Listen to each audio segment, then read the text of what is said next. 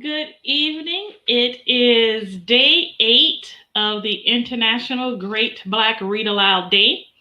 My name is LD Robinson, and we're doing it a little late today due to other obligations, but we're getting it in. We didn't want the day to pass without us doing humor today. And our selection for today, before that, let me remember to remind everybody, we are reading aloud every day this month. It's Black History Month here in the USA, and we are giving voice to words written by Black people all around the world and from different backgrounds, from different countries, for different topics, different genres. And we want you to join the fun. Grab a book, look at our website, Great Black Read Aloud Day, and check us out and see what is happening each day. Give yourself some time and grab a book written by someone Black and read aloud. Tag us at Black Read Aloud or Tigbrad, Tigbrad. That is International Great Black Read Aloud Day. And today is humor, and so our selection for today is Madea's Uninhibited Commentaries on Love and Life by Tyler Perry. So everyone knows that the character Madea is very colorful language, and so I'll be doing a bit of modification as I read along tonight. All right. And this selection is Don't Make a Black Woman Take Off Her Earrings, and this is about love and life. And so this particular selection is about Until Death Did We. I love marriage. I believe in the sanctity of marriage. I believe in keeping a marriage going up until the point that it gets on your nerves and shut it down. I don't understand all these people trying to stay together for life. You know, if you're staying together for life and it's working, you love that person as friends, that's great. But if you're with somebody who's crazy so you can stay together for life, that's stupid. Back in my day, that's what you did. I was married 8 times, and I stayed with every one of my husbands for life, for their lives. You see, they all died of mysterious causes after some terrible arguments. I am often asked, with all the husbands I've had, who the real love of my life was. They often guessed that it was the one with the teeth.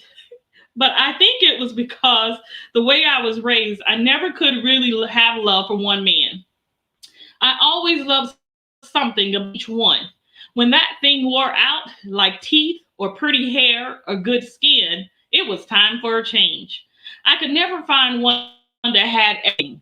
That's why, after they worked on my nerves, they disappeared. You see, the only thing all my husbands had in common was that they had the opportunity to eat my famous sweet potato pie. It always works. After they eat it, 3 days later, you won't hear a word or a peep. I can assume that there will be many people after reading this who will want to get a copy of my recipe for sweet potato pie. It's a secret recipe. And the good news is that I will never ever be sent to jail because no coroner in the world will ever figure out what's in this pie. The great thing about my sweet pie is that it works for me. Now, you have to figure out what's going to work for you in your sweet potato pie. In other words, I'm not giving you the recipe. I refuse to, on the grounds that it may incriminate me. I'm pleading the fifth dimension and Marilyn McCoo. Maybe in the future, I'll come cookbook and I might change my mind and put in the recipe for sweet potato pie. However, it would have to be encrypted and encoded. You would have to read in between the lines. Again, if you don't understand something I'm saying here and you're not black, you will have to ask somebody who is. If you happen to be a black person reading this and you don't get it, oh well, you've spent too much time away from your culture. Come home. We miss you. Marriage is a wonderful thing when it's working, but you've got to make sure you're getting married for the right reasons. When you're young, you get married for silly reasons. I remember one time I got married because the man had pretty teeth. You know, back in my day, you didn't see too many men with pretty teeth. They had gold or two or three of them missing. You didn't know whether to smile at them or kick them out. field goal. So this one with the pretty teeth, we got into an argument one night and he lost all them teeth. And I didn't even want him anymore. Well, the next husband I had for another stupid reason, well, it's hard to talk about him. He had a good job. He had benefits. I'll marry a man with benefits in a minute. That means you can go to a doctor. You ain't got to go to the county hospital. You can go to a nice hospital. You can get your teeth done, all your health stuff done. You even have access to what they call 401ks. So I married him because I wasn't feeling too well and I needed to have some feminine stuff done. So I stayed with him for as long as I needed to get everything done. When I got well enough to walk on the sidewalk, I kicked him to the curb. Here's another stupid reason to get married. You want a wedding. Do you know that there are people who are in love with the idea of having a wedding? Some of these young girls have already bought the dress, picked out the ring, the bridesmaids, and everything, and they don't even have the man yet. All they want is the wedding. What they need to do in those kinds of situations is have a party. You talking about a wedding, you better make sure you're planning it for the rest of your life because some of these fools are crazy.